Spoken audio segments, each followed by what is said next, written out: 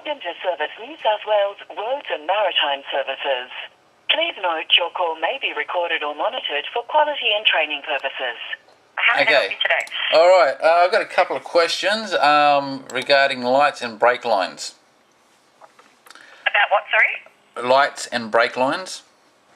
Okay, which is not my department, yeah. Okay. Well, I want to know what's the law on combined lighting on the front of the vehicle with blinker and parker, and also what's the law on braided lines for brakes.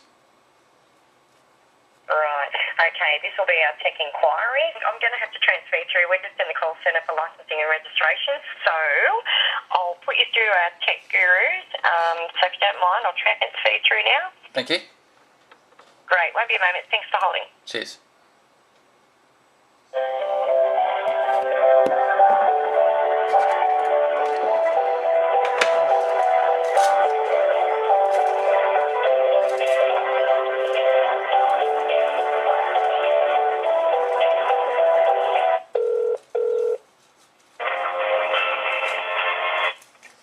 Technical inquiries, Colin speaking. How you going, Colin? Just like to make a couple of inquiries about two different things: combined lighting on the front of the vehicle, and brake tubing on the vehicle. Right. Being that for the lighting on the front, what's the rules on combined lighting for parker and blinker? What do you mean, what's the rule? When you got the lights on the front, right? We've got the parkers on the front, you got blinkers on the front. Now, if you've got a combined lighting, so when you turn your parkers on, they're white, but when you're indicating, you can get globes that will either just flash orange while you're indicating, or will alternate white-orange while you're indicating. No, well, okay. Are we talking about an LED sort of thing, or? Yeah. Obviously, it's an aftermarket lighting component. Well, I got lights from California for my Tarago, right?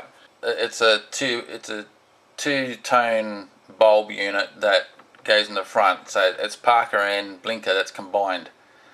I didn't know that when I first bought it. I found that out when it arrived, and well, I thought that was a pretty cool idea. I've seen other cars, later models than mine, obviously, probably I'd say 2010 or later models that have fancy lights, and their parkers will change to amber as well when they're blinking and go back to white when they're not indicating. So, you know, when I saw that on other cars, that was no big surprise after getting my lights from California.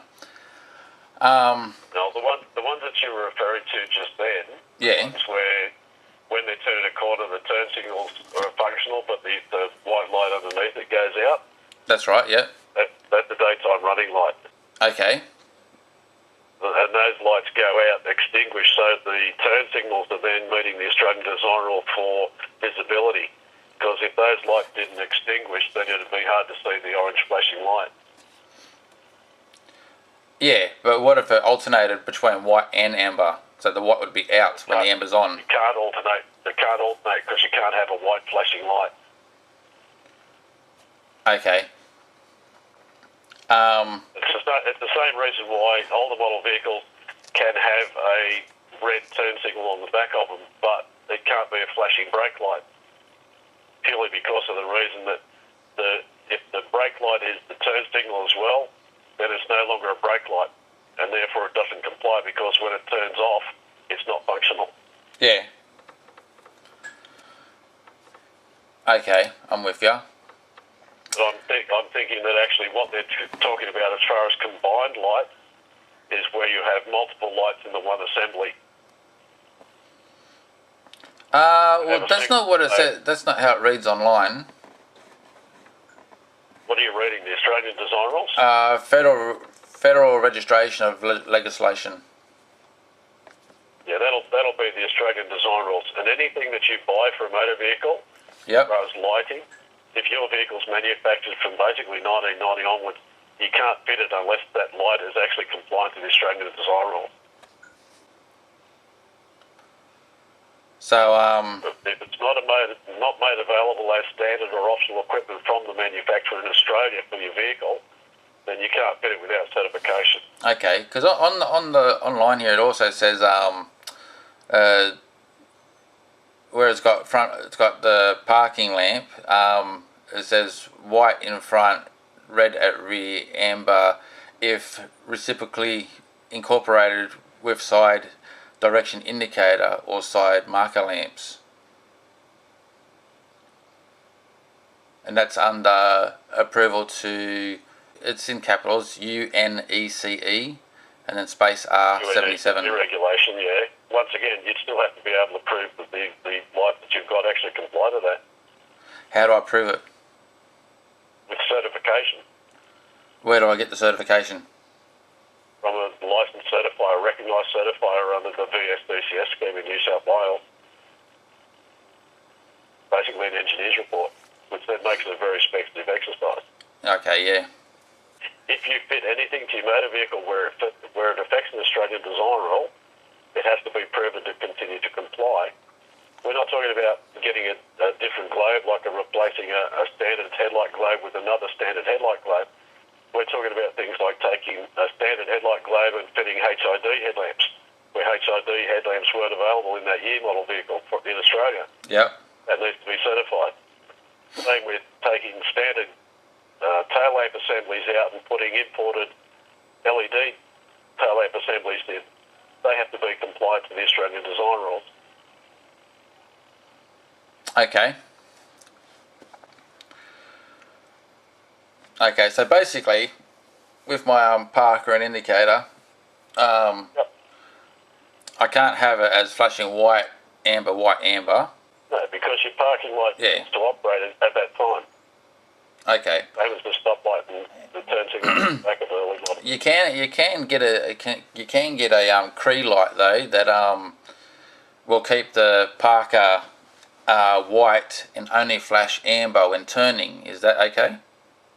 Does it comply to Australian Design Rule 6? Which is Australian Design Rule 6 is purely to do with turn signals. Well, that's what I'm asking you. Does it comply? I don't know. See, we're not the federal government. We're only the state registering authority for New South Wales. What you're talking about is something that you need to either speak to the federal government about, or certify it. Because we're going to say to you, if you want to modify your motor vehicle, you prove that it's still going to be compliant. How do you do that? As far as we're concerned, you can seek advice from a licensed certifier. That's entirely your call. But we require that for you to legally register that vehicle in New South Wales in that configuration. All right then. We're not engineers, so we don't know whether these things comply or they don't comply. Yeah. You've got to be able to prove it. You're the registered operator of the vehicle. Okay. Well, we'll move on to brakes then. I think I'll call the federal registrar about that other one. Yep. With the brakes, it doesn't say anything on here about braided brake lines. Under section 15, it's got brake lines aren't a problem. Braided brake lines. So long as they've still got the relevant markings under the Australian design rules for hydraulic brake hoses, they've got to have markings on them to indicate that they comply to the Australian standard. Okay. Alrighty then. That's pretty much answers my questions, I think. All right, not a problem. Okay, well, thanks for your time. Okay. All right, cheers, mate. Bye.